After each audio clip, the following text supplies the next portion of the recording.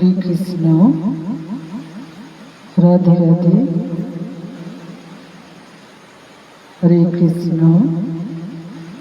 রাধে রাধে। হরে Krishna. Radhe Radhe. Hello বন্ধুরা, আবার আমরা অমৃত মায়ের অমৃত কথা পরিবেশনের জন্য চলে এলাম। আমার একটু দেরি হয়ে গেল, কারণ কালকে বলেছিলাম না, আমার পায়ে যে চোট লেগেছে সেটা ভীষণভাবে ফুলে আছে, কালো পড়ে গেছে। তো সেই জন্য আমি তাড়াতাড়ি কাজগুলো সারতে পারিনি। আর সব থেকে বড় দুঃখের বিষয়, আজকে আমি গুরুচরণ দর্শনে যেতে পারি। তো এখন অনেক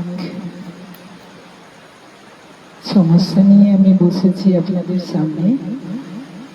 যেহেতু আমি এই সময়টা আসি আপনাদের সামনে অমৃতময়ের অমৃত কথা পরিবেশনের জন্য, তো চলুন আর সময় নষ্ট না করে আমরা শ্রবণ করি অমৃতময়ের অমৃত কথা। তো আমি আজকে একটু অন্যরকম ভাবে এই কথায় প্রবেশ করব, কারণ সারাদিনটা খুবই হিজি অবস্থায় কেটেছে। এক তো 12-এর সেন্টার চলছে পরীক্ষা, তারপরে 11-এর ওই মার্কশিট কাটা, মানে সে তো একটা বিশাল জটিল ব্যাপার। তো সারাদিন প্রায় খাওয়া দাওয়া বাদ দিয়ে আমাকে মনোযোগ দিয়ে ওইটা করতে হয়েছে। তার সাথে সাথে তো অসুস্থতা আছে। তবু আমি চেষ্টা করেছি আপনাদের সামনে আসার, আপনাদেরকে কিছু অমৃতময়ের কিছু দেওয়ার জন্য। তো সবাই আশা করি মনোযোগ সহকারে নেবেন। আজকে আমাদের একটি নতুন বিষয় নিয়ে আমরা আলোচনা করব, যে গোকর্ণ সম্পর্কে আমরা কালকে পাঠ করেছিলাম। তারই একটি অংশ, ধুন্ধুকারীর মুক্তি কিভাবে হয়েছে সেটা নিয়ে। তিনি পেতজনি প্রাপ্ত হলেন এবং তার থেকে মুক্ত হলেন। গোকর্ণ কিভাবে মুক্ত করলেন সেই সম্পর্কে আমরা আজকে আলোচনা করব। তো প্রতিদিন স্বাভাবিক নিয়মে যেভাবে আমি প্রবেশ করি, আজকে একটু অন্যভাবে আমি চাইছি, একঘেয়েমি কাটানোর জন্য।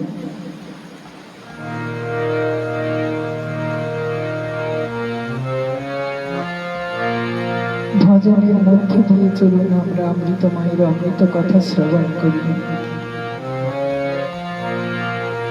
আমার সর্ব অঙ্গে লিখে দিও গো শুধু কৃষ্ণ কৃষ্ণ নাম। আমার সর্ব অঙ্গে লিখে দিও গো শুধু কৃষ্ণ কৃষ্ণ নাম।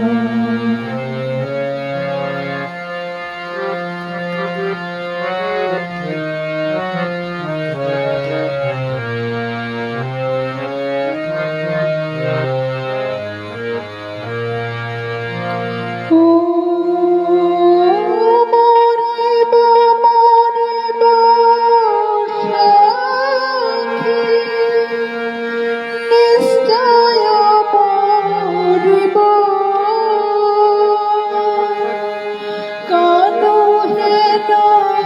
করুণানিধি কার দিয়ে যাব মরিব মরিব সখী নিশ্চয় মরিব কানো হেন পূর্ণনিধি কার দিয়ে যাব আমার সর্বাঙ্গে লিখে দিও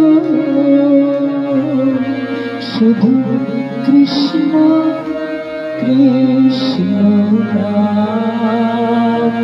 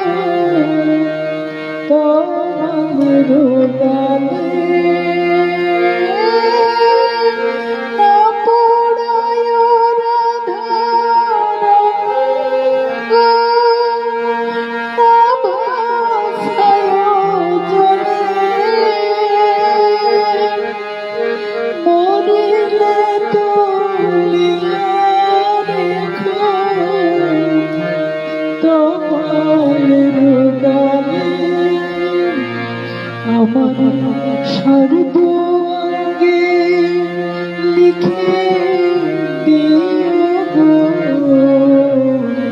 শুধু কৃষ্ণ কৃষ্ণ নাম।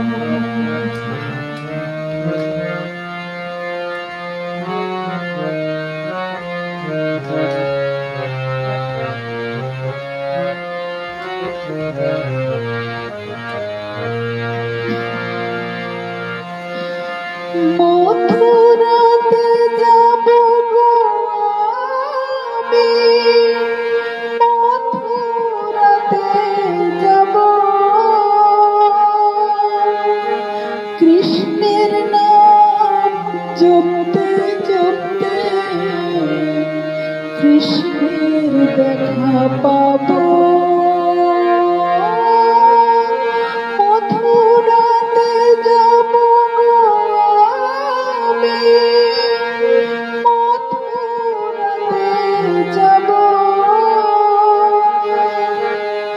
কৃষ্ণের নাম জপতে জপতে কৃষ্ণের দেখা পাব।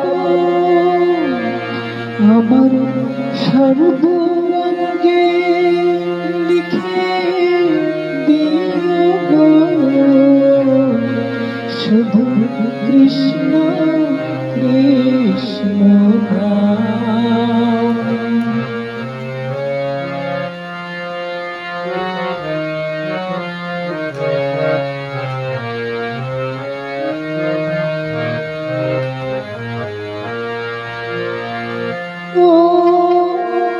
মরিব মরিব সখী নিশ্চয় মরিব কানো হেন পূর্ণনিধি কার দিয়ে যাব মরিব মরিব সখী নিশ্চয় মরিব কানো হেন পূর্ণনিধি কার দিয়ে যাব আমার সর্বাঙ্গে লিখে দিও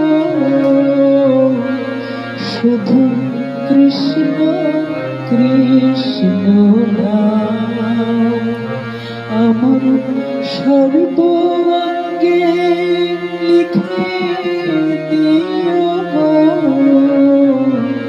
শুধু কৃষ্ণ কৃষ্ণ নাম আমার সর্বাঙ্গে লিখে দিও গো, শুধু কৃষ্ণ কৃষ্ণ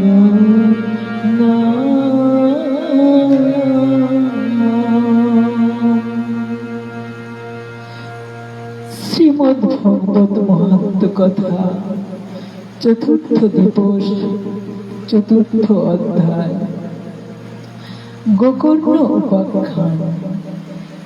তো আমরা গোকর্ণ উপাখ্যান আগামী দিন আলোচনা করেছিলাম। আজকে আমরা যেটি আলোচনা করব সেটি হল ধুন্ধুকারী প্রেত যোনি প্রাপ্ত এবং তার থেকে মুক্ত, কিভাবে তিনি এই প্রেত যোনি থেকে মুক্ত হলেন। তো সারাদিন আজকে ভীষণ হিজি অবস্থায় ছিলাম। পঞ্চম অধ্যায় আজকে আমরা আলোচনা করব। তাহলে প্রথম দিন আমি একটু ধরিয়ে দেব। প্রথম দিন আমরা আলোচনা করেছিলাম যে নারদ মুনির সঙ্গে সুতদেব, যিনি এই কথাগুলো বলেছিলেন, তো নারদ মুনির কাহিনী সেখানে তুলে ধরা হয়েছিল। নারদ মুনির সঙ্গে ভক্তি মহারানীর কিভাবে সাক্ষাৎ হয়েছিল এবং তার কাছ থেকে তার দুঃখের কথা তিনি শ্রবণ করেছিলেন, এটা আমাদের প্রথম দিনের পাঠ্য বিষয় ছিল। দ্বিতীয় দিন এসে আমরা নারদ মুনি সেই ভক্তি মহারানী এবং তার দুই সন্তান কিভাবে এই পৃথিবীতে কিভাবে তারা দুর্বল হয়ে পড়েছিলেন, অচেতন হয়ে পড়েছিলেন এবং তার চেতনা শক্তি, তাদের চেতনা শক্তি ফিরিয়ে আনার জন্য জ্ঞান, ভক্তি মহারানীর যে দুই সন্তান জ্ঞান এবং বৈরাগ্য, তাদের চেতনা শক্তি ফিরিয়ে আনার জন্য নারদ ঋষি কিভাবে চেষ্টা করেছিলেন, সেই চেষ্টার কথা আমরা দ্বিতীয় দিন পাঠ করেছি।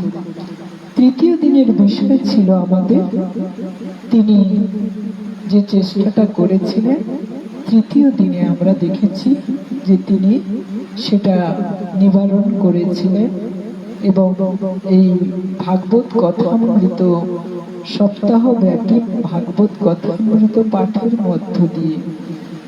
তো চতুর্থ দিন আমরা আলোচনা করেছিলাম ওরই একটি অংশ, সেখানে গোকর্ণ উপাখ্যান, অর্থাৎ গোকর্ণ কিভাবে জন্মালেন এবং তার কাহিনী নিয়ে সেদিন আমরা গতকাল আমরা আলোচনা করেছি। তো আজকে আমাদের সেই বিষয় গোকর্ণ এবং ধুন্ধুকারী যে দুজন আত্মদেব নামক এক ব্রাহ্মণের সন্তান রূপে গোকর্ণ কিভাবে গাভীর পেটে জন্মগ্রহণ করলেন আর ধুন্ধুকারী কিভাবে ধুন্ধুরার পুত্র রূপে পৃথিবীতে এসে তার আচরণ বিধি দেখালেন, সে সম্পর্কে আমরা গতকাল আলোচনা করেছি।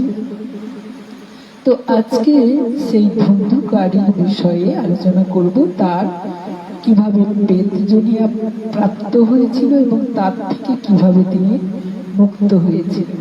দেখুন, আমরা বসেছি অমৃতময়ের অমৃত কথা শ্রবণের জন্য।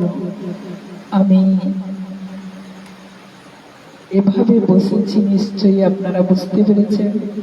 উপায় থাকলেও আমি বসতে পারছি না, যার জন্য এইভাবে বসে আপনাদেরকে শ্রবণ করাচ্ছি।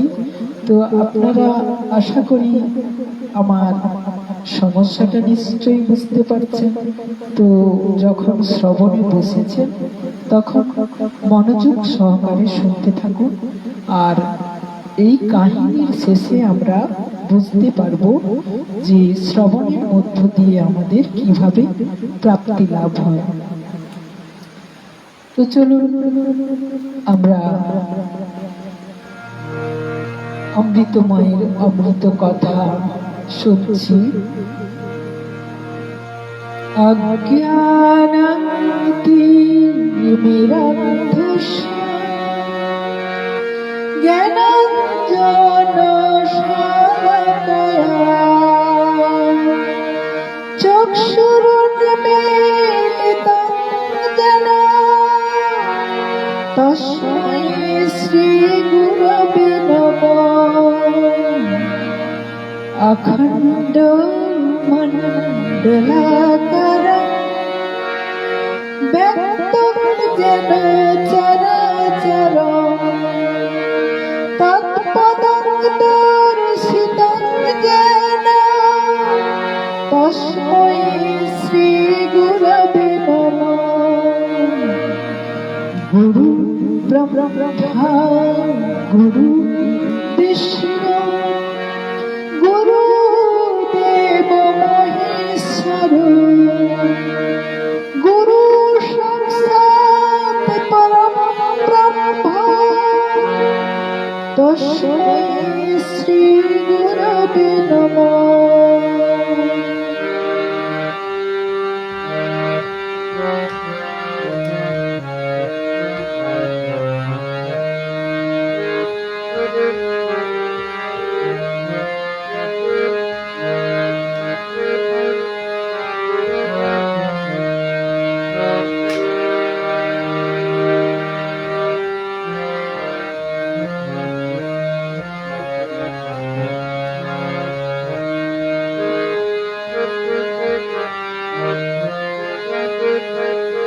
জাগো জাগো গুরুদেব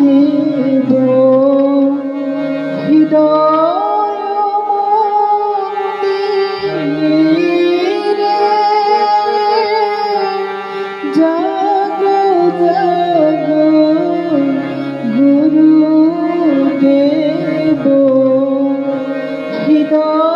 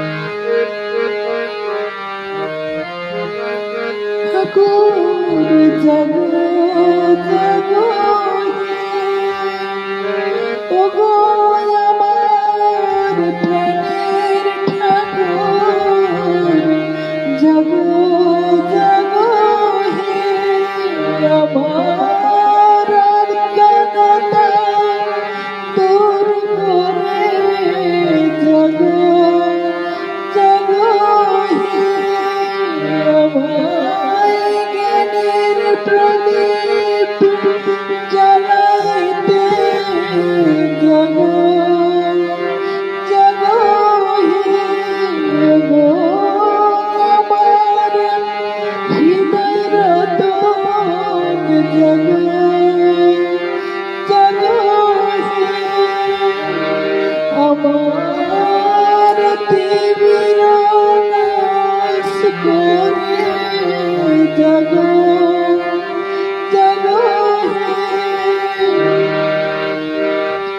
ঘুমের অবশ ছাড়া প্রাণের ঠাকুর জাগো জাগো গুরুদেব হৃদয় মন্দিরে জাগো জাগো গুরুদেব হৃদয় মন্দিরে। জয় গুরু জয় গুরু জয় গুরু।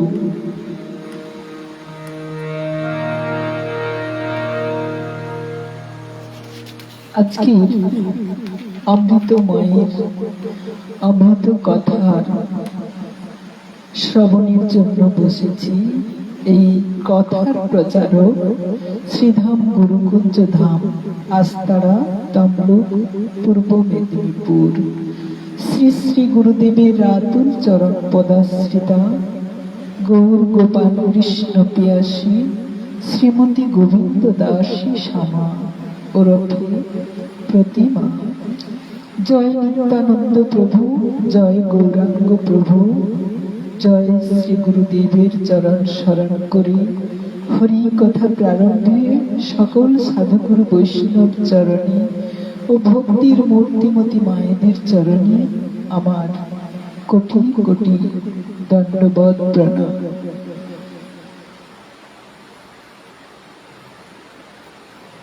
আজকের এই শুভ দিনে মহাপ্রভুর কৃপা প্রার্থনা করি।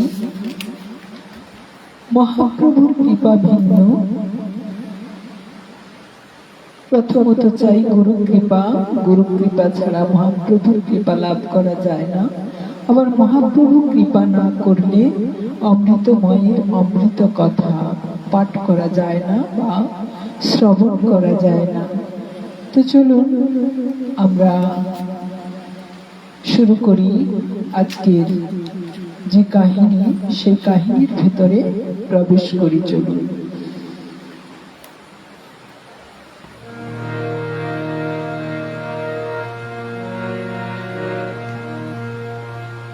সুত গোস্বামী, যিনি সৌনককে বলেছিলেন, কি বললেন না, পিতা আত্মদেব বনে চলে গেলে ধুন্ধুকারী আর তার মাকে বেদম প্রহার করল। তাহলে কাল পর্যন্ত আমরা যা দেখেছিলাম, সেখানে পুত্রের অত্যাচারে পিতা গোকর্ণের সাহায্যে তিনি সংসার পরিত্যাগ করে বনে চলে গেলেন।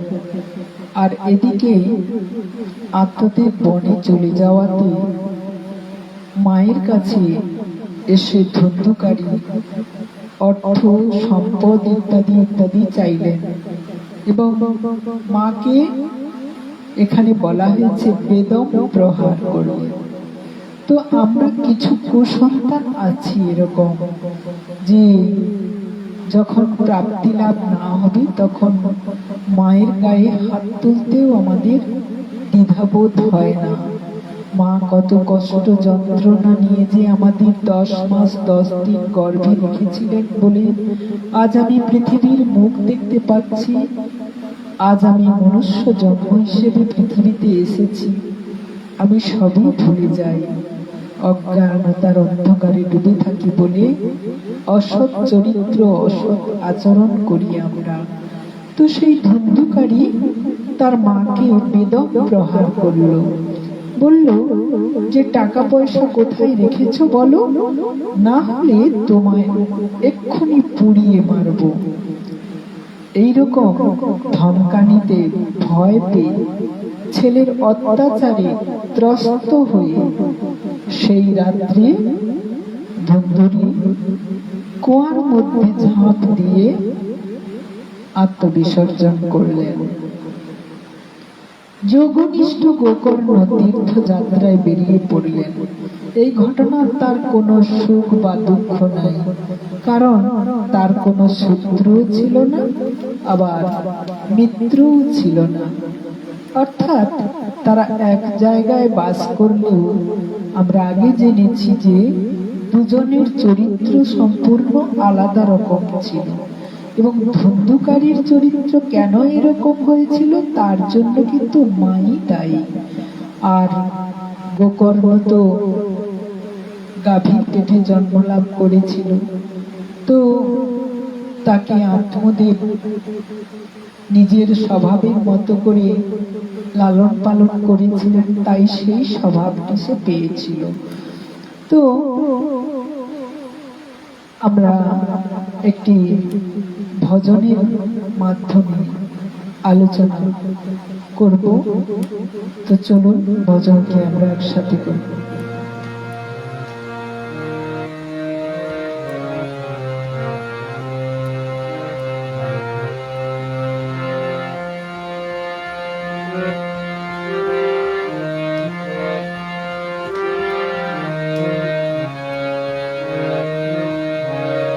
আমি তো তোমারে চাহিনি জীবনে, তুমি অভাগারে চেয়েছো।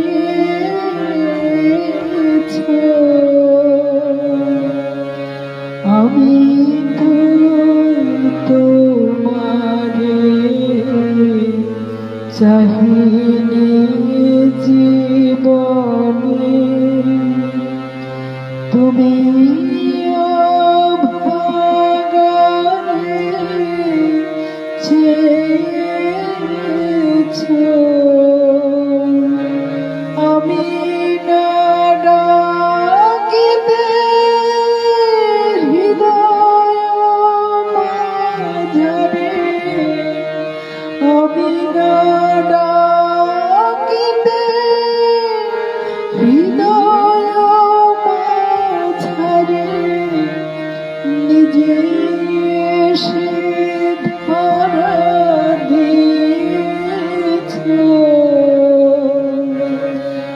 আমি তো তোমারে চাহিনি জীবনে, তুমি অভাগারে চেয়েছো।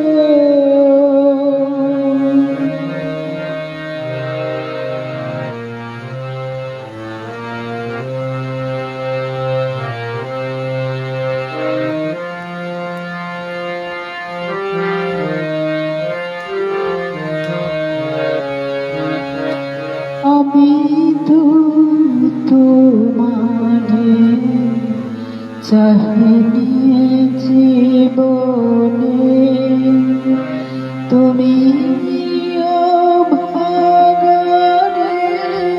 চেয়েছো।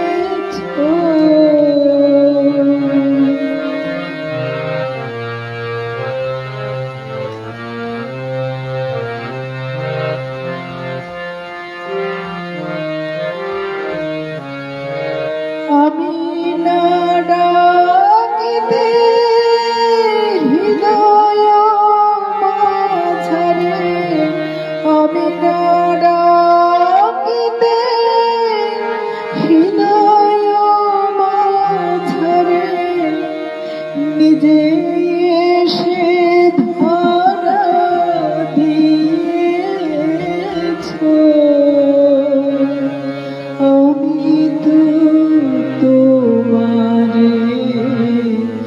চাহিনি জীবনে তুমি অভাগরে চেয়েছ,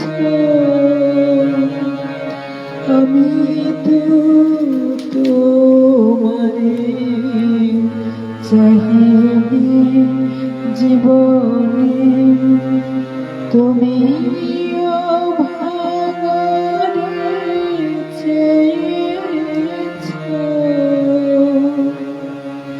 ভক্তমণ্ডলী, আমরা এইভাবে প্রার্থনা করতে থাকব। তো সত্যি তো আমরা কোনোদিনই তাকে চাই না, তাকে ডাকি না, তার কথা ভাবি না।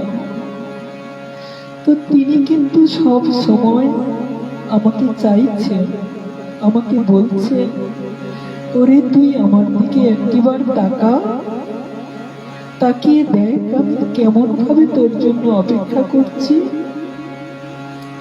কি কর্ম করার জন্য কথা দিয়ে তুই এসেছিলি, আজকে কি করছিস।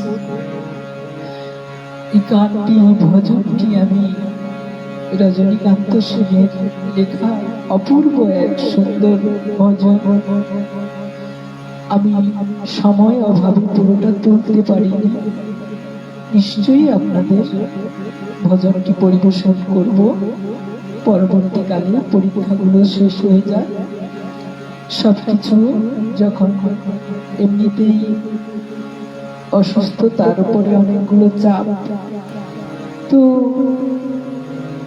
এমন এমন ভজন যদি আমরা মনের ভেতরে গাইতে থাকি, তাহলে কিন্তু তাকে সত্যিকার আমরা চিনতে পারবো সহজে। তো চলুন, ধুন্ধুকারীর কি অবস্থা হলো সেটা এখন আমরা দেখে চলি। আমরা শুনছি অমৃতময়ের অমৃত কথা। এরপর ধুন্ধুকারী 5টি বেশ্যা রমণীকে নিয়ে বাড়িতে বাস করতে লাগলো। তাদের ভোগ্যবস্তু জোগাড়ের চিন্তায় তার বুদ্ধি ভ্রম হলো, নানা রকম কুকর্ম করতে লাগলো।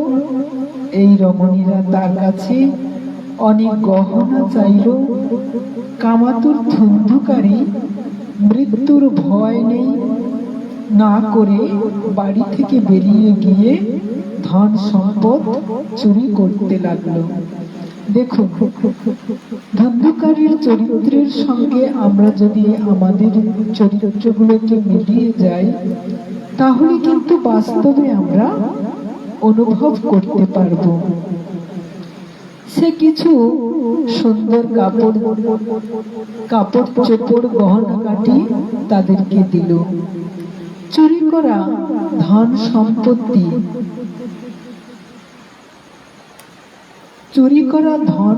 সম্পত্তি, দেখা এই রমণীরা চিন্তা করলো ধুন্ধুকারী রোজ চুরি করে, এর ফলে একদিন না একদিন রাজার লোক এসে ধরে নিয়ে যাবে, ধন সম্পত্তি কেড়ে নিয়ে একে প্রাণ দণ্ড দেবে। তো একদিন যখন এর এভাবেই মৃত্যু হবে, তো এই ধন সম্পত্তির জন্য একে হত্যা করা শ্রেয়। তাই রমণীগণ চুপি চুপি ঘুমন্ত ধুন্ধুকারীকে দড়ি দিয়ে বেঁধে গলায় ফাঁস দিয়ে ঝুলিয়ে দিল। দেখলো তাতেও সে মরছে না। তখন তার মুখে আগুনের হালকা ঢুকিয়ে দিল। আগুনের জ্বালায় ছটফট করতে করতে ধুন্ধুকারী মরে গেল। হায় রে জীবন, কিভাবে আমরা নষ্ট করছি। এ কেবল ধুন্ধুকারীর কাহিনী নয়, এ তো বাস্তবে আমাদের জীবন কাহিনী। কামাতুর আমরা কাম চরিতার্থ করার জন্য কি না করি, সংসারে থেকে কত না অকাজ কুকাজ করে বেড়াই।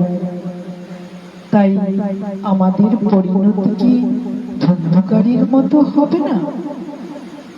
তো তো ওহে সংসারী জীব, আমাদের অবস্থা ধন্ধকারীর মতো নয় কি? সংসার জ্বালায় জ্বলছি কিনা? এই কুলোটা নারীগণ তার দেহকে একটি গর্তে পুঁতে দিল। আসলে অসৎ নারীরা এমনই দুঃসাহসী হয়, তাদের এই কর্মের খবর কেউ জানতে পারল না। সংসার অনলে জ্বলিছে হৃদয়, অনলে বারয়ে অনল।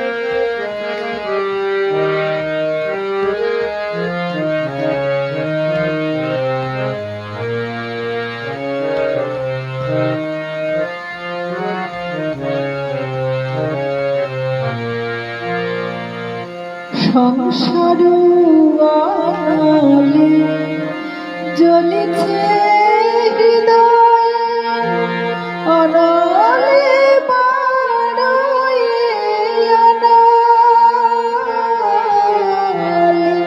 সংসার আলে জ্বলিছে হৃদয়, অনলে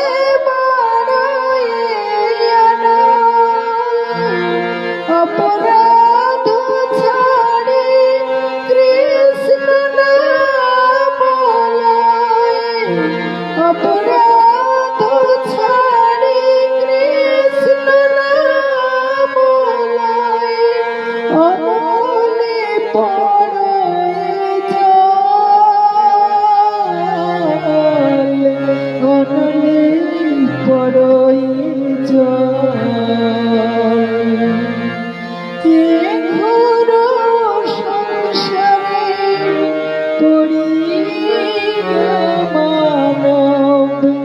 না পায় দুঃখের শেষ,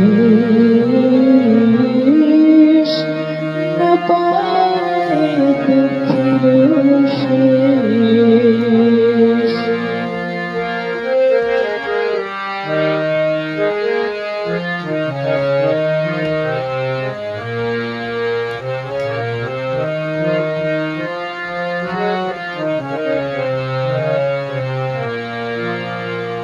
নিতাই চৈতন্য চরণ কমলে আশ্রয় লইল যে,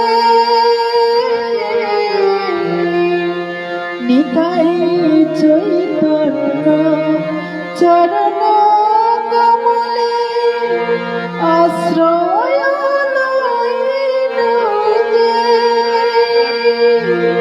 কৃষ্ণ দাস কহে জীবনে মরণে আমার আশ্রয় সে, আমার আশ্রয় সে। এ ঘোর সংসারে পড়িয়া মানব না পায় দুঃখের শেষ, না পায় দুঃখ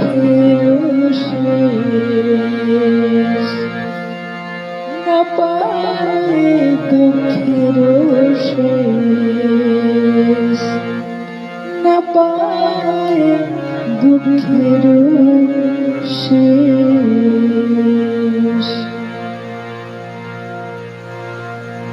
বাস্তবে সত্য কিনা, ধুন্ধুকারীকে তার কুকর্মের জন্য তার সঙ্গীরা তাকে আগুন জ্বালিয়ে তাকে হত্যা করেছিল। কিন্তু আমরা যদি দেখি আমাদের হৃদয়ে জ্বলছে কিনা প্রতিনিয়ত, জ্বলছে তো জ্বলছে। সুখ কতটা পাই সে তো আমরা জানি। এই সংসারে থেকেও অমৃতময়ের অমৃত কথা শ্রবণের মধ্য দিয়ে, অর্থাৎ সংসার পরিত্যাগ করতে হবে এমনটা নয়, তো এর মধ্য থেকেও যখন আমরা সত্য সচ্চিদ আনন্দকে গ্রহণ করব, সর্বদা সচ্চিদানন্দের মতো আনন্দ উপলব্ধি করব, অর্থাৎ সংসার তখন বিষময় হয়ে উঠবে না। ধুন্ধুকারীর মতো চরিত্র যদি আমরা গ্রহণ করি, সর্বসময় তো আমাদের সেই বিষ গ্রহণ করে জ্বালায় চলতে হবে। তাই চলুন আমরা ধুন্ধুকারী নয়, গোকর্ণের মতো আমরা জীবন ধারণ করব, সেরকম প্রতিজ্ঞা আমরা নিয়ে চলুন। তো আমরা ঘটনার মধ্যে যাচ্ছি। বলা হয়েছে যে প্রেতজনী তাকে যখন হত্যা করা হলো, লোকে জিজ্ঞাসা করলে বলে বাহিরে গেছে পয়সা রোজগারের জন্য, এই বছরের মধ্যেই ফিরে আসবে। অর্থাৎ যেহেতু একসঙ্গে থাকতো, তাকে দেখতে পাচ্ছে না কেউ, যখন পড়শিরা যখন জিজ্ঞেস করলো তখন বলে যে দূর দূরান্তে গেছে পয়সা রোজগারের জন্য, এই বছরের মধ্যে ফিরে আসবে। বুদ্ধিমান মানুষদের এইসব দুষ্টা রমণীদের বিশ্বাস করা উচিত নয়। এদের রসালো কথা কামুকদের হৃদয়ে অমৃত রস সৃষ্টি করে।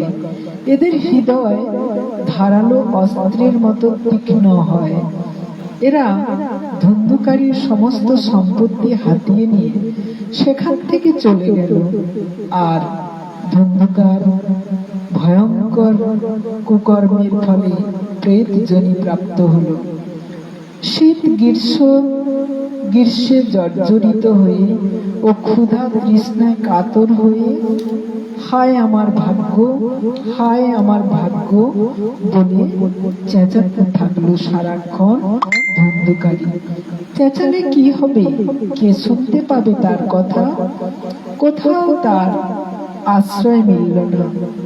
গোকর্ণ লোকমুখী ধুন্ধুকারীর মৃত্যু সংবাদ নিয়ে তাকে অনাথ বুঝতে পেরে গয়া তীর্থে গিয়ে শ্রাদ্ধ করে, বিভিন্ন তীর্থে গিয়ে তার শ্রাদ্ধ ক্রিয়াদি সম্পন্ন করে। তো চলুন একটি ভজনের মাধ্যমে আমরা অমৃত কথা শ্রবণ করতে থাকি।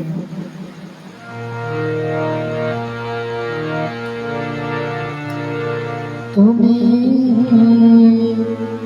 অরূপ স্বরূপ সগুণ নির্গুণ দয়াল ভয়াল হরি, আমি কি বা জানি, আমি কি বা বুঝি, আমি কেন ভেবে মরি, তুমি অরূপ স্বরূপ সগুণ নির্গুণ দয়াল ভয়াল হরি, আমি কি বা জানি, আমি কি বা বুঝি, আমি কেন ভেবে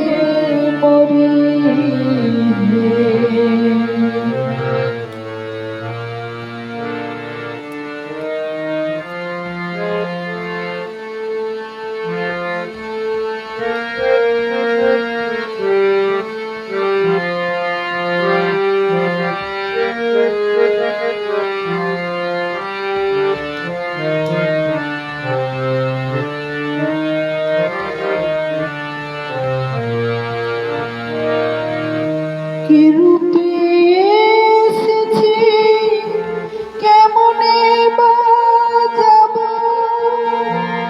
তা ভাবি কেন জীবন কাটাবো।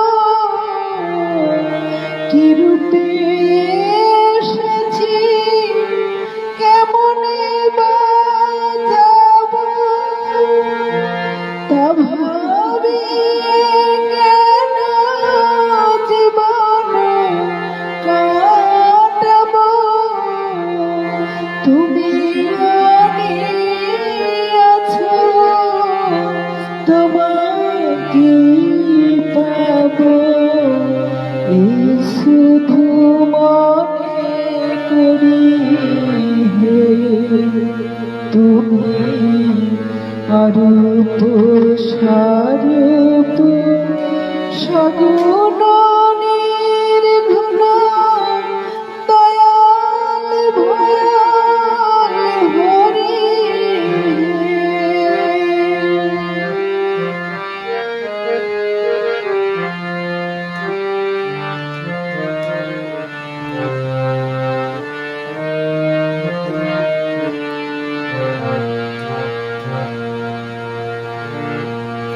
না রাখি জটিল ন্যায়ের বারতা, বিচারে বিচারে আপারে আসারতা।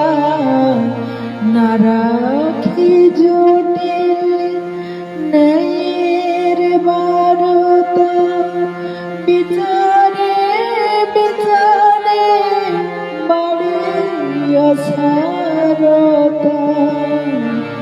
আমি জানি তুমি আমার দেবতা, তাই আমি হৃদয়ে ধরি না রাখি জটিল ন্যায়ের বারতা, বিচারে বিচারে বাড়ি আসারতা। আমি জানি তুমি আমার দেবতা, তাই আমি হৃদয়ে ধরি।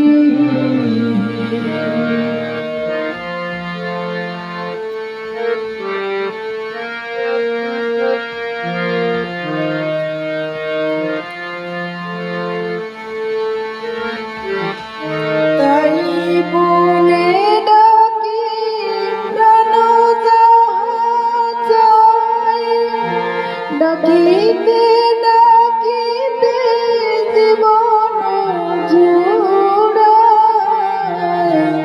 তাই বলে ডাকি প্রাণ যাহা চায়, ডাকিতে ডাকিতে হৃদয় জোড়ায়। যখন যে রূপে প্রাণ ভরে যায়, তাই দেখি প্রাণ হরি তুমি অরূপ স্বরূপ সগুণ নির্গুণ দয়াল ভয়াল হরি। আমি কি বা জানি, আমি কি বা বুঝি, আমি কেন ভেবে মরি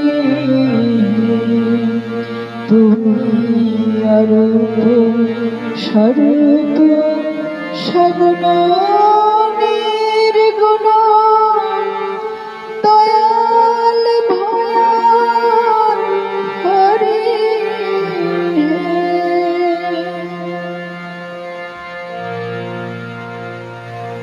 আমরা অমৃতময়ের অমৃত কথা শ্রবণ করছি, তাই আমরা যদি পূর্বপুরুষদের অনুসরণ করে চলি, তাহলে সে কথা বলতে গেলে আমার জন্ম কোন সূত্র ধরে সে প্রসঙ্গ বলতে হয়।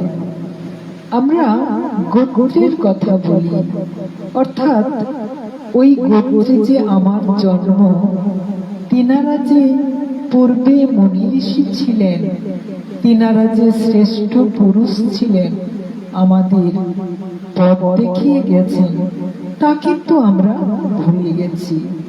আমাদের পূর্বপুরুষ বলতে কেবল আমার দু একটি আগের প্রজন্মকে চিন্তা করে থাকি, কিন্তু ওনারাও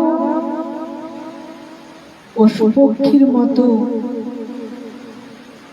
ওই রীতিতে জীবন কাটিয়েছেন, আমরাও ওই পথে চলব। তো আমরাও কিন্তু পশুদের মতো খাই, ঘুমাই আর সন্তান প্রসব করি, ইত্যাদি ইত্যাদি। কিন্তু আমার যে কি করা উচিত, মুনি ঋষির ঔরসজাত যদি হই, তাহলে তিনাদের পথ অনুসরণ করা, তা কিন্তু করি না। কোনো একটা প্রজন্মে ধুন্ধুকারীর মতো সন্তান জন্ম হয়েছিল, যার থেকে আমরা সেই বৈশিষ্ট্য লাভ করেছি। মিলাতে হবে কথাগুলো, না হলে আমার জন্ম যদি কশ্যপ কুলে হয়, অর্থাৎ আমার গোত্র যদি কশ্যপ হয়, তাহলে কশ্যপ মুনি কেমন ছিলেন ভাবুন তো একবার। আমরা কি তিনার কথা চিন্তনে আনি কোনদিন? আমরা ওই ধুন্ধুকারীর পরম্পরায় দেহ সুখের মাধ্যমে জীবন কাটাতে ভালোবাসি। দেখুন, এ প্রসঙ্গে বিবেকানন্দ কি বলেছেন শুনুন। তিনি তৎকালীন একজন গ্র্যাজুয়েট ছিলেন। তিনি কোনো কিছু চোখে না দেখে বিশ্বাস করতেন না। তো তিনার ছোটবেলা থেকে বড় পর্যন্ত জীবনে আমরা জেনেছি যৎ কিঞ্চিৎ। তিনি ছোটবেলায় ডান পিঠে বিলে নামে প্রসিদ্ধ ছিলেন। আবার একটু বড় হয়ে বাবাকে শিক্ষা দিলেন বিভিন্ন জাতের মানুষের জন্য হুঁকা রাখা হতো আলাদা আলাদা। বাবা ছিলেন একজন উকিল আর ওনারা ছিলেন ব্রাহ্মণ। ব্রাহ্মণ সমাজের নীতি সমাজের উঁচু জাত বলে খ্যাত। তো প্রত্যেক জাতের মানুষের জন্য আলাদা আলাদা হুঁকা রেখেছিলেন, কারণ উকিলের কাছে বিভিন্ন জাতের মানুষ আসতেন, যাদের মক্কেল বলা হয়। তো এরকম ব্যবস্থা।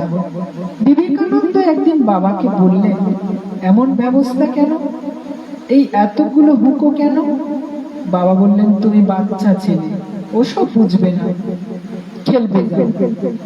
তো তিনি তার জিদ, ছোটবেলায় ব্রহ্মদৈত্যের গল্প শুনে ব্রহ্মদৈত্যকে দেখার জন্য মগডালে একা একা পা উপরে করে ঝুলছিলেন, এমনই ডান পিঠে।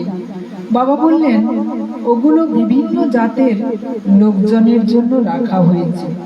তো বিবেকানন্দ সঙ্গে সঙ্গে বাবার সামনে দাঁড়িয়ে প্রতিটি হুঁকায় টান দিলেন। বাবা বিরক্ত হয়ে বললেন, কি করছো? বিবেকানন্দ বললেন, ছোটবেলার নাম ছিল নরেন। বাবা, আমি দেখছি টান দিয়ে কেমন করে জাত যায়। তার এই কথায় বাবা অবাক হয়ে গেলেন। সত্যি তো, ও তো ঠিকই বলেছে। তো আমরা যে মানুষ, সেই হুঁশটা আমাদের থাকার দরকার। সেদিন থেকে আলাদা হুঁকো রাখা বন্ধ করলেন। হ্যাঁ, তো সে কথা, যে কথা বলছিলাম, বিবেকানন্দ বলেছেন, অতীতের গর্ভেই ভবিষ্যতের জন্ম। ভারী অদ্ভুত কথা। অতীতের গর্ভে ভবিষ্যতের জন্ম। অতএব যত দূর পারো অতীতের দিকে তাকাও, পিছনে অন্তত নির্ঝরণী প্রবাহিত, প্রাণ ভরে আকণ্ঠ তার জল পান করো। অতীত মানে আমাদের পূর্বপুরুষ, সেই অতীতের কথা বলা হয়েছে। আমাদের পূর্বজন্ম যে মুনি ঋষিদের থেকে বিবেকানন্দ কি সুন্দরভাবে কথাগুলো এখানে তুলে ধরেছেন। দেখুন, তারপর সম্মুখে প্রসারিত দৃষ্টি নিয়ে সম্মুখে অগ্রসর হও। এবং ভারত প্রাচীনকালে যত উঁচু গৌরব শিখরে আরূঢ় ছিল, তাকে তার চেয়েও আর উঁচু, উজ্জ্বল, মহৎ ও মহিমান্বিত করার চেষ্টা করো। তাহলে তিনি এই কথাগুলো কাদের উদ্দেশ্যে লিখেছেন, কাদের উদ্দেশ্যে বলেছেন? আমাদের জন্য।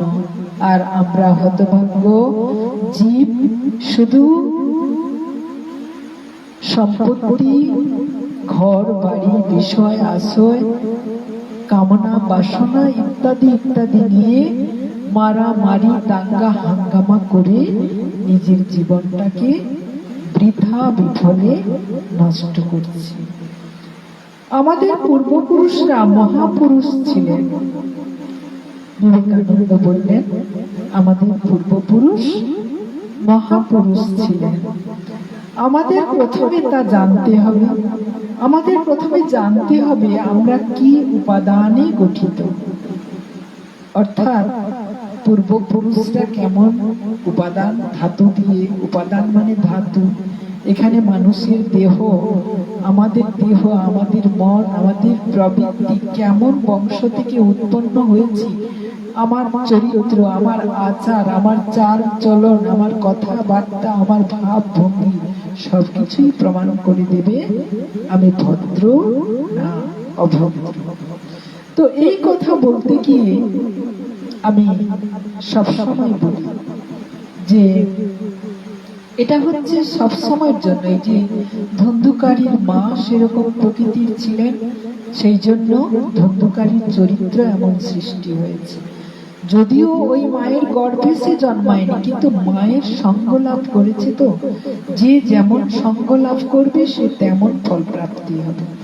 তো এখানে যদি বলা হয় যে আমাদের চারিত্রিক বৈশিষ্ট্য, গঠন, আকৃতি যা কিছু সবই কিন্তু আমরা প্রথমত মায়ের কাছ থেকেই প্রাপ্তি লাভ করি, কারণ তিনি হচ্ছেন আমাদের প্রথম এবং শেষ গুরু।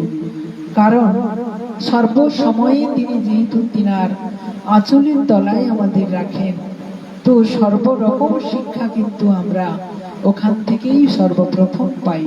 সেটা সুশিক্ষা কি কুশিক্ষা, সবকিছুই কিন্তু মায়ের উপর নির্ভর করে। কারণ আমি যদি, আমার সন্তান যদি কুকর্ম করে, আমি মনে করে থাকি সেটা আমার শিক্ষা দেওয়ার অভাবে আমার সন্তান এমন কর্ম করছে। কারণ সে আদর্শটাকে নিতে পারেনি। আদর্শ নিতে পারেনি এই কারণে যে তাকে সঠিক সময়ে সঠিক শিক্ষা দেওয়া হয়নি।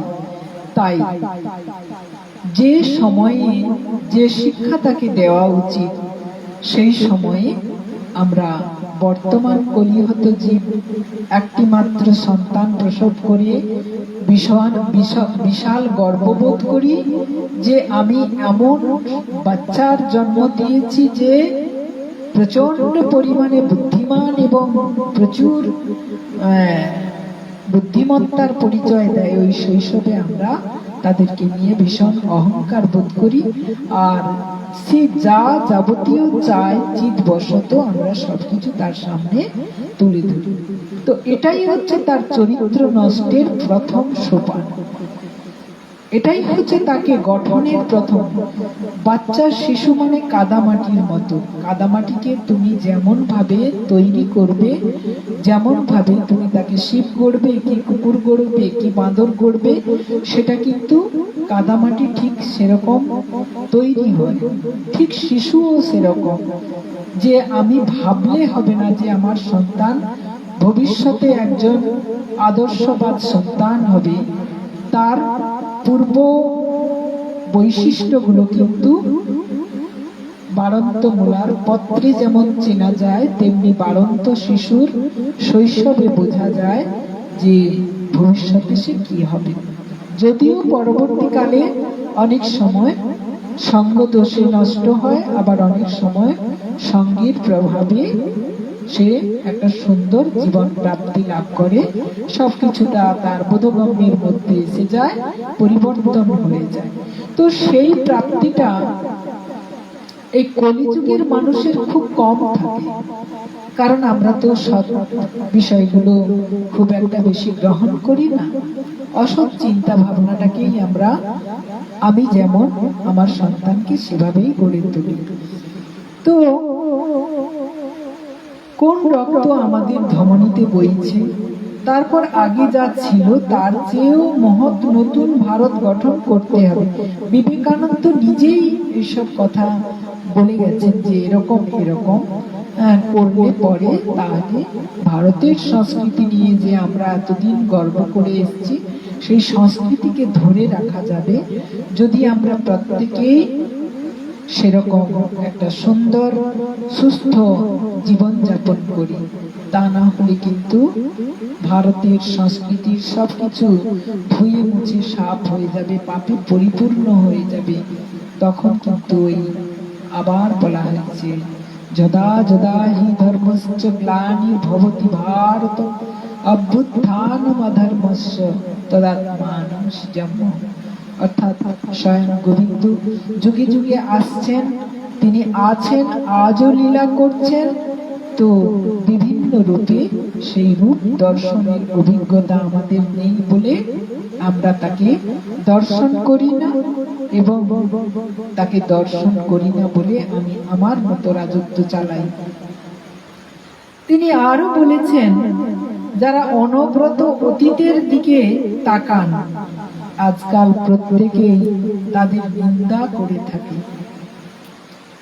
অতীতের দিকে তাকান বলতে অতীত আমাদের পূর্ববর্তী প্রজন্ম কেমন ছিল, তো সেটাকে যখন আমরা তুলে ধরবো কারোর সামনে, বা যারা তুলে ধরে তাদের নিন্দা সর্বসময় হয়। বলা হয় যে এর মাথার ডিস্টার্ব, ব্রেনের ডিস্টার্ব বেঁচে গেছে, হ্যাঁ, যার জন্য এই ভুল বলছে ইত্যাদি ইত্যাদি বলা হয়।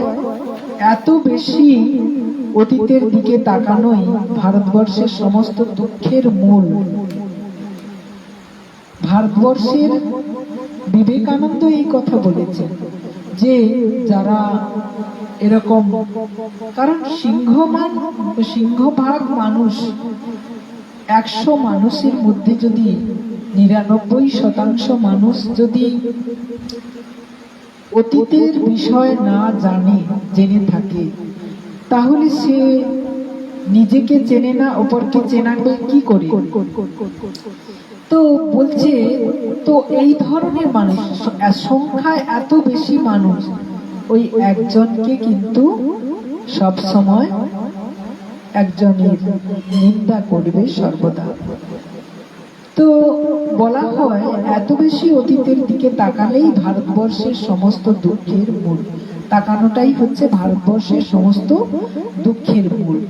তিনি বললেন, তিনি মানে বিবেকানন্দ বললেন, আমি কিন্তু এর বিপরীতটাই সত্য বলে মনে করে থাকি। অর্থাৎ যারা পেছনের দিকে তাকান, অতীতের দিকে তাকান, সেটাকেই তিনি বলছেন সত্য। কারণ আমি যদি আমার পেছনটা না তাকাই, আমি যদি সর্বদা সামনে দেখি, সামনে দর্শন করি, তাহলে কোনটা ভুল কোনটা ঠিক সেটা কিন্তু আমি জানতে পারবো না। তাই পেছনে তাকালে তবে আমি বুঝতে পারবো যে সঠিক পথ কোনটা, আগে যেটা ছিল সেটা না বর্তমান যেটা নিয়েছি সেটা। তো এটা আমি সাধারণ একটা জীবনের কথা বললাম, কিন্তু উনি বলেছেন হিন্দুরা তাদের অতীত যত বেশি পর্যালোচনা করবে ভবিষ্যৎ তত বেশি গৌরবময় হয়ে উঠবে। হিন্দুরা যত বেশি অতীতকে নিয়ে পর্যালোচনা, মানে আমি বলছি রিসার্চ যেটাকে ইংরেজিতে বলে, অর্থাৎ চর্চা করবেন তত বেশি গৌরবময় হয়ে উঠবে। বাস্তবে আপনারা মিলিয়ে যান কথাগুলো। যে কেউ এই অতীত গৌরবকে মানুষের কাছে তুলে ধরবে সেই দেশের পরম উপকার করবে। যে কোনো ব্যক্তি যখন এই অতীত গৌরবকে মানুষের কাছে তুলে ধরবে তিনি হয়ে যাবেন দেশের, কি বলা হয়েছে না, এই ধরনের গৌরব যিনি তুলে ধরবেন তিনি হয়ে যাবেন দেশের পরম উপকার। ভাবুন কত বড় কথা, কত সুন্দর কথা। আমরা এমন মূঢ়, বুঝতে পারি না, ভাবি এগুলো পাগলের প্রলাপ, কিন্তু বাস্তবে মিলিয়ে যান কত বাস্তব কথা এর মধ্যে লুকিয়ে আছে। আমরা যারা সাধুগুরু বৈষ্ণব যিনারা অতীত চেনেন তিনারা মানুষের মঙ্গলের জন্য সর্বদা ব্যস্ত থাকেন। তো নিন্দুকরা সর্বদাই তাদের নিন্দা করে, কিন্তু তারা তাকে পাত্তা না দিয়ে তারা আপন গতিপথে চলতে থাকেন, অর্থাৎ আলোর পথ দেখাতে থাকেন যে আমি যেটুকু আলো দেখেছি, ওরে জ্ঞানান্ধ তোরাও আলো দেখ, আলো দেখে সঠিক পথে নিজেকে পরিচালিত কর, তাহলে তো ধুন্ধুকারীর মতো অবস্থা থেকে মুক্তি পাবি। তো আমাদের পূর্বপুরুষদের রীতিনীতি খারাপ ছিল বলে যে ভারতের অবনতি হয়েছে তা নয়। এই অবনতির কারণ ওই রীতিনীতিগুলোকে ন্যায়সঙ্গত পরিণত হতে দেওয়া হয়নি। বোঝা গেল যখন যে শাসন ব্যবস্থা এসেছে তখন সেই পূর্বের যে রীতিনীতিগুলো, সেই রীতিনীতিগুলোকে অবদমিত করা হয়েছে। ফলে সেই শাসনের যে কুপ্রভাব, সেই কুপ্রভাব মানুষের মধ্যে প্রবেশ করে, আর সেগুলোকে গ্রহণ করে মানুষ এগোতে থাকে। ফলে ক্রমশ অন্ধকার আচ্ছন্ন হয়ে কোনটা ভুল কোনটা ঠিক সেটা গ্রহণ করতে পারে না। অন্ধকারে হাবুডুবু খেতে খেতে অযথা জীবনটা নষ্ট হয়ে যায়। তাহলে আমরা বুঝলাম কিনা অতীতের গর্ভে ভবিষ্যতের জন্ম কিনা? তো অতীত ভবিষ্যৎ কি তা কিন্তু আমরা জানি না। আমরা অতীত জেনেছি, বর্তমানে কি হচ্ছে তা চোখে দেখতে পাচ্ছি, আর এই বর্তমান যা করছি তার উপর নির্ভর করছে ভবিষ্যৎ। তো সেটা গঠন হবে আমার কর্মের উপর, সেটা গঠন হবে। তো আমি কেমন কর্ম করব সেটা নির্ভর করছে কিন্তু বর্তমানের উপর। তুমি যদি তোমার এই ক্ষুদ্র জীবনের সময়কাল পর্যালোচনা করো তাহলে ওই কথার সঙ্গে কতখানি মিল রয়েছে বুঝতে পারবে। আজকে যে রাজা ধীরাজ একটা নজরুল গীতি আছে আমরা জানি, সেখানে কি বলা হয়েছে, চিরদিন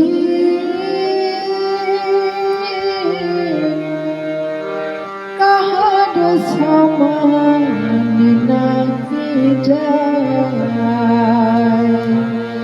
চিরদিন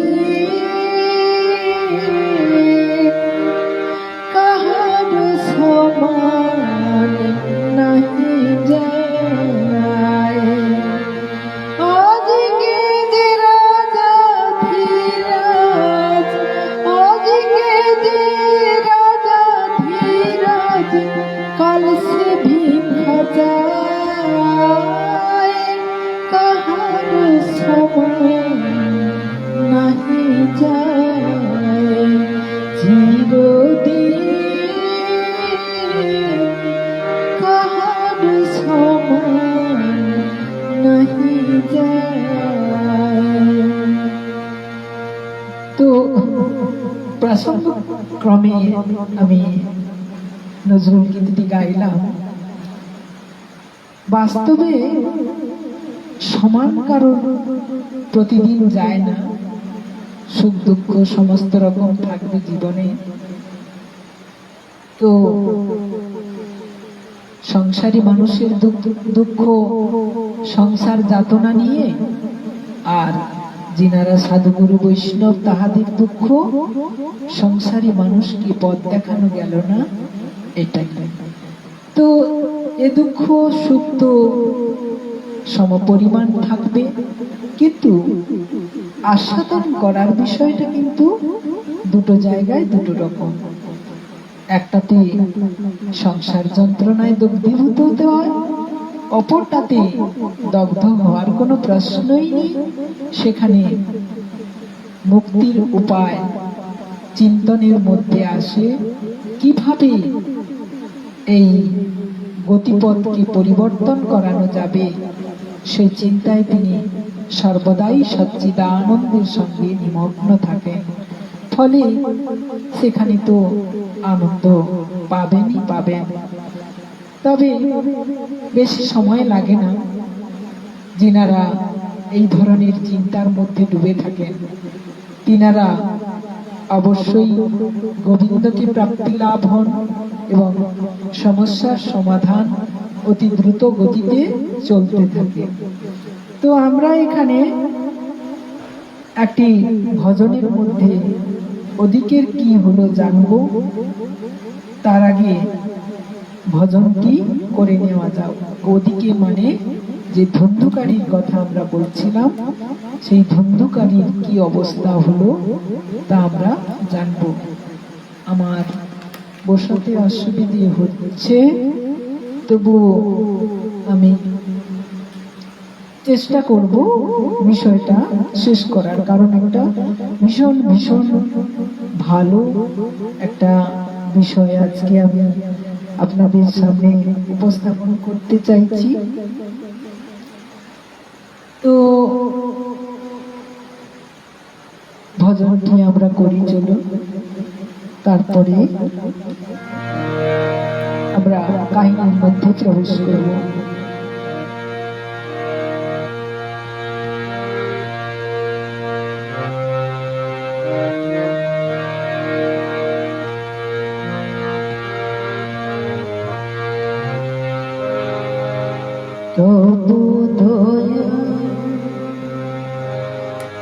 তবু দয়া দিয়ে হবে জীবন ধুতে,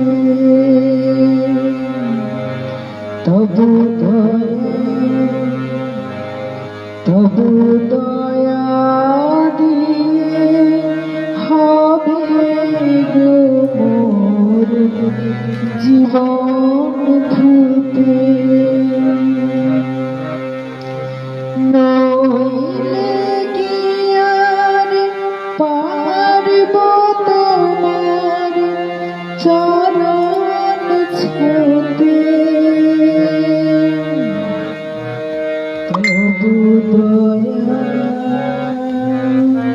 তবু দয়া দিয়ে হবে জীবন ধুতে।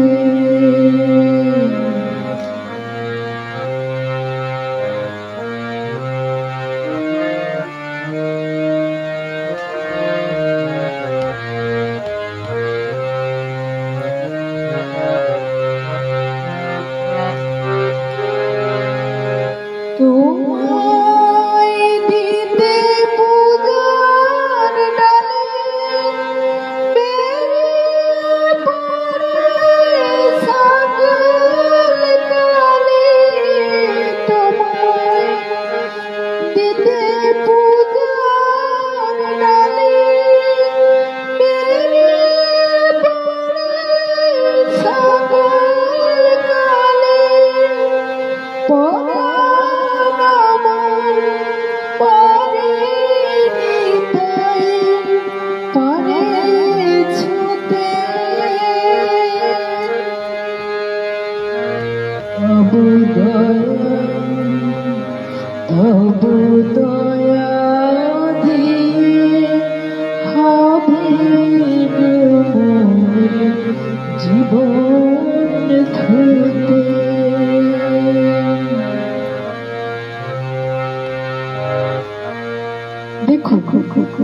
আমরা পূজা অর্চনা করি কেবল তাকে তুষ্ট করার জন্য নয়, নিজে তুষ্ট হওয়ার জন্য, হ্যাঁ কি না? অনেক জাঁকজমক করে পূজা করি, মাকে আহ্বান করি, বলি মাগো মাগো মা, তুমি আমার সংসারের শান্তি দাও। তারপর পূজা মণ্ডপে যে কুকীর্তি করি, মদ খেয়ে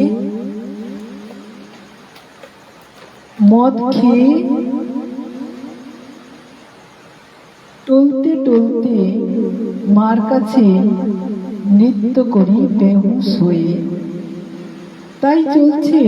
তাই বলছে, এটা তো একটা ছোট্ট দৃষ্টান্ত তুলে ধরলাম।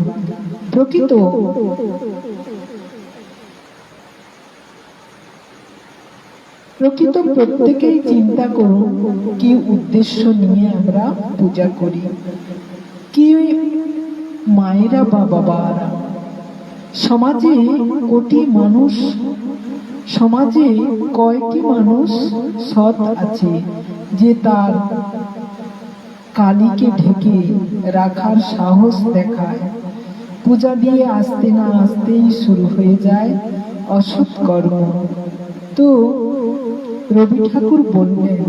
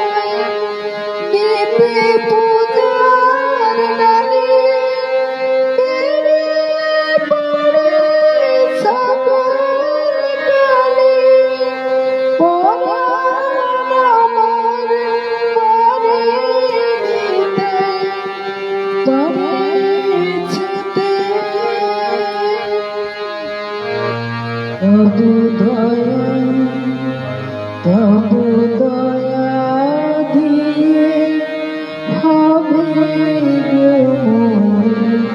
জীবন ধুতে।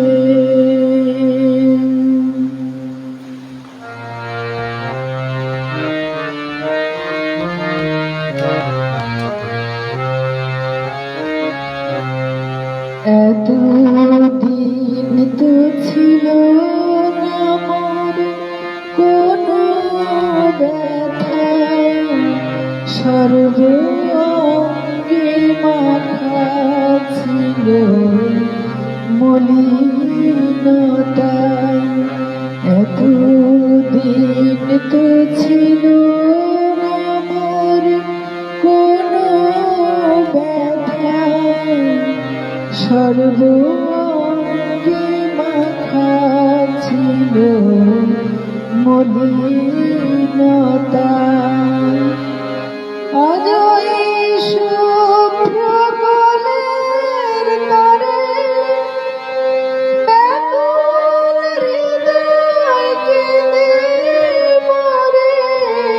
আজ এই শুভ্র কোলের তরে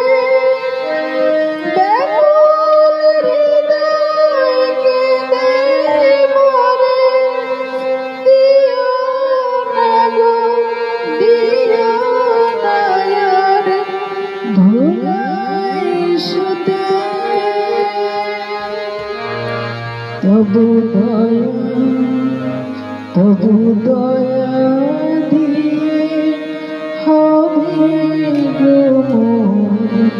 জীবন ধুতে। এতদিন আমি তোমায় চিনতে পারিনি, তাই আমার সর্বঙ্গে যে মলিনতা ছিল তা তোমায় চিনতে দেয়নি। তুমি কে তা কখনো ভাবিনি, শুধু ভেবেছি আমি মালিক, আমি না হলে কিছুই হবে না।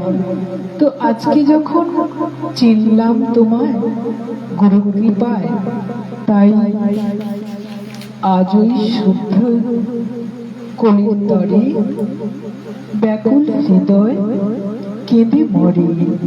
দিও না গো, দিও না আর ধুলায় শুতে। তবু দয়া, তবু দয়া দিয়ে হবে গো জীবন ধুতে। তো চলুন ধন্ধকারীর প্রেতজনী থেকে মুক্তি পেল কিনা শুনছি অমৃতময়ের অমৃত কথা।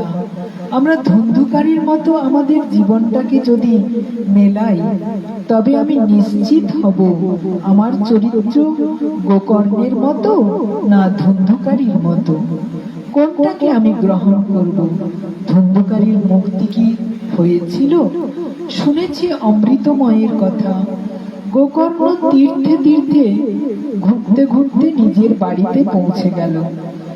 এখানে রাত্রিকালে দেখল প্রেতাত্মা ধন্ধকারী নানা বেশ ধারণ করে ঘুরে বেড়াচ্ছে। তখন গোকর্ণ বুঝতে পেরে জিজ্ঞাসা করলো, তুমি কে? ধন্ধকারী উত্তর দিতে পারল না।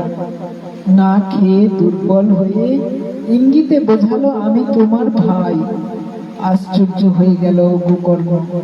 একে তো তীর্থে মুক্ত হওয়ার ব্যবস্থা নিলাম, তাও মুক্ত হলো না। অর্থাৎ তার পাপ এতই বেশি ছিল যে সে মুক্তি পেল না। গোকর্ণ তার হাতের কাছে শুদ্ধিকরণের জল নিয়ে যেই ছিটিয়ে দিল, অমনি সে কথা বলতে শুরু করলো। তার পাপের কাহিনী সব বলল আর তাকে উদ্ধার করার কথা বলল।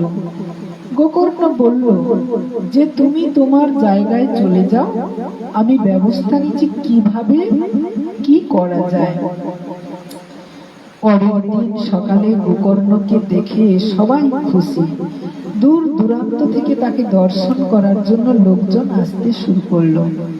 রাত্রির ঘটনা বলে গোকর্ণ বলতে লাগলো এবং বিধান চাইলেন। আরো কোনো বিধান, তারাও কোনো বিধান দিতে পারলেন না। বললেন, এ বিষয়ে সূর্যদেব যা বিধান দেবেন তাই করা উচিত। গোকর্ণ নিজের তপবলে সূর্যের গতিরোধ করে দিলেন। তারপর স্তুতি করলেন, হে ভগবান, আপনি জগতের সাক্ষী, আমি আপনাকে প্রণাম করছি। আপনি অনুগ্রহে ধন্ধকারীর উদ্ধারের উপায় বলুন। সূর্যদেব দূর থেকে পরিষ্কার ভাবে বললেন, শ্রীমদ্ ভাগবতে মুক্তি হতে পারে। সকালে সকলে তা শুনলেন। সেই রূপ অনুষ্ঠান শুরু হলো। সপ্তাহব্যাপী ভাগবত কথার আলোচনা চলল। দূর দূরান্ত থেকে পঙ্গু, অন্ধ, আতুর, বৃদ্ধ, মন্দবুদ্ধি নিজেদের পাপ ক্ষয়ের জন্য এলেন। গোকর্ণ যখন ব্যাসাসনে পাঠ করছে, তখন সেখানে সেই প্রেত ও এলো। সে এদিক ওদিক জায়গা খুঁজতে খুঁজতে একটি 7 গাঁট যুক্ত বাঁশ দেখে নিচ দিয়ে তার ভেতরে ঢুকে পড়ল ছিদ্রের মধ্য দিয়ে। বায়ুরূপী ধুন্দুলি সেখানে বসে মনোযোগ সহকারে পাঠ শ্রবণ করছিল। একজন বৈষ্ণব ব্রাহ্মণকে শ্রেষ্ঠ শ্রোতারূপে গোকর্ণ স্থির করলেন। প্রথম স্কন্ধ থেকে স্পষ্ট রূপে কথা পাঠ আরম্ভ করলেন। সন্ধ্যাবেলা যখন পাঠর বিশ্রাম দেওয়া হলো, তখন সকলের সামনে বাঁশটির একটি গাঁট মট মট করে ফেটে গেল। এইভাবে প্রতিদিন একটি করে গাঁট ফেটে 7 দিনে 7টি গাঁট ফেটে ধন্ধকারী 12টি স্কন্ধ শ্রবণ করে পবিত্র হয়ে প্রেতজনী থেকে মুক্ত হয়ে গেল। দিব্য রূপ ধারণ করে সকলের সামনে দেখা দিল। তার নব ঘনশ্যাম দেহ, পীত অম্বর তুলসীর মালায় শোভিত, মাথায় মনোহর মুকুট আর কর্ণে কুণ্ডল চিকচিক করছে।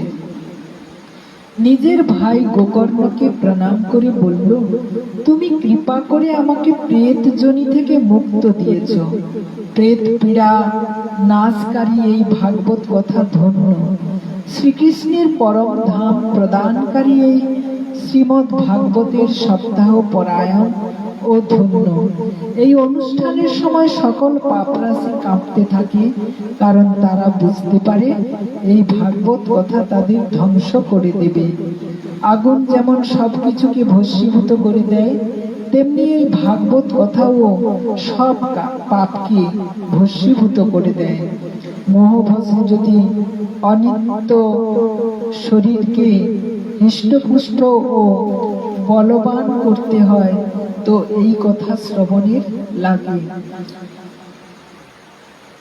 অস্থি ও শরীর কাঠামো স্নায়ুরূপ দড়ি দিয়ে বাঁধা, তার উপরে মাংস রক্ত লেপে দিয়ে চামড়া দ্বারা ঢেকে দেওয়া হয়েছে। এর প্রতি অঙ্গ দুর্গন্ধ, কারণ এ তো মলমূত্রের ভাণ্ড মাত্র। সদা সর্বদা কোনো না কোনো কামনায় এই শরীর পীড়িত থাকে। এর প্রতি রোমকূপ নানা দোষে পূর্ণ। মরার পর কবর দিলে কৃমিতে পরিণত হয়, কোনো পশু যদি খেয়ে ফেলে বিষ্ঠায় পরিণত হয়, আগুনে পোড়ালে ছাইয়ে রূপ ধারণ করে। শরীরের এই তিন পরিণতির কথা বলা হয়েছে। এরম নশ্বর শরীর দিয়ে মানুষ অবিনশ্বর কর্ম কেন করে না? সপ্তাহ শ্রবণে মানুষের হৃদয় গ্রন্থি খুলে যায়, মনের সমস্ত সংশয় দূর হয়। ধুন্ধুকারী যখন এই কথা বলছিল, তখন ভগবানের দিব্য বিমান সেখানে আসে, আর বিমানে আগত পার্শ্বদকে দেখে গোকর্ণ বললেন, এখানে অনেক শুদ্ধ আত্মা শ্রোতারা রয়েছে, একসঙ্গে অনেক বিমান আনা উচিত ছিল, শুধু ধুন্ধুকারী কেন একা যাবে? পার্শ্বদ বললেন, হে মান্যবর, এই ফলবিদ এই কারণে সবাই কথামৃত সার সঠিকভাবে শ্রবণ করেননি। এ প্রেত 7 দিন উপোস করে শ্রবণ করেছে, তাই উত্তম রূপে নান্দি ধাস করেছে। তাই শ্রবণে মন্ত্রের সন্দেহ থাকলে, চিত্তের চাঞ্চল্য থাকলে জপের কোনো ফল হয় না। আর গুরুবাক্য বিশ্বাস, পাঠ শ্রবণে চিত্তের একাগ্রতা, এইসব নিয়ম পালন করলে শ্রবণে যথার্থ ফল লাভ হয়। এই শ্রোতারা যদি পুনরায় তার নিষ্ঠার সাথে শ্রবণ করে, তবে এরা এমন ফল লাভ করবে। আপনাকে তো স্বয়ং ভগবান গোলকধামে নিয়ে যাবেন বলে পার্শ্বদরা হরি কীর্তন করতে করতে বৈকুণ্ঠ লোকে চলে গেলেন। হরে কৃষ্ণ হরে কৃষ্ণ কৃষ্ণ কৃষ্ণ হরে হরে, হরে রাম হরে রাম, রাম রাম হরে হরে, হরে কৃষ্ণ হরে কৃষ্ণ কৃষ্ণ কৃষ্ণ হরে হরে, হরে রাম হরে রাম, রাম রাম হরে হরে। শ্রাবণ মাসে গোকর্ণ আবার তা পাঠ শুরু করলেন। শ্রোতারা আবার সেই পাঠ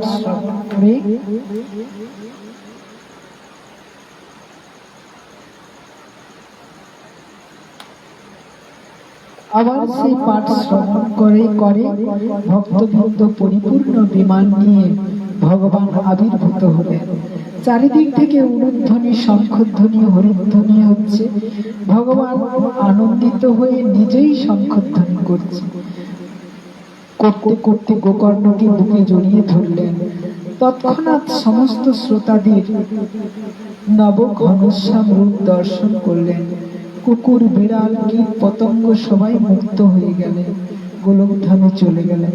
তো এই ছিল ধুন্ধুকারীর কাহিনী। আমরা মন দিয়ে শ্রবণ করলাম, না এক কান দিয়ে শুনলাম আর এক কান দিয়ে বের করে দিলাম, তাহলে কিন্তু শোনা সার হবে। বলি হারি, গোবিন্দের কথা আমরা মন দিয়েই শুনলাম এবং তা অক্ষরে অক্ষরে পালন করব।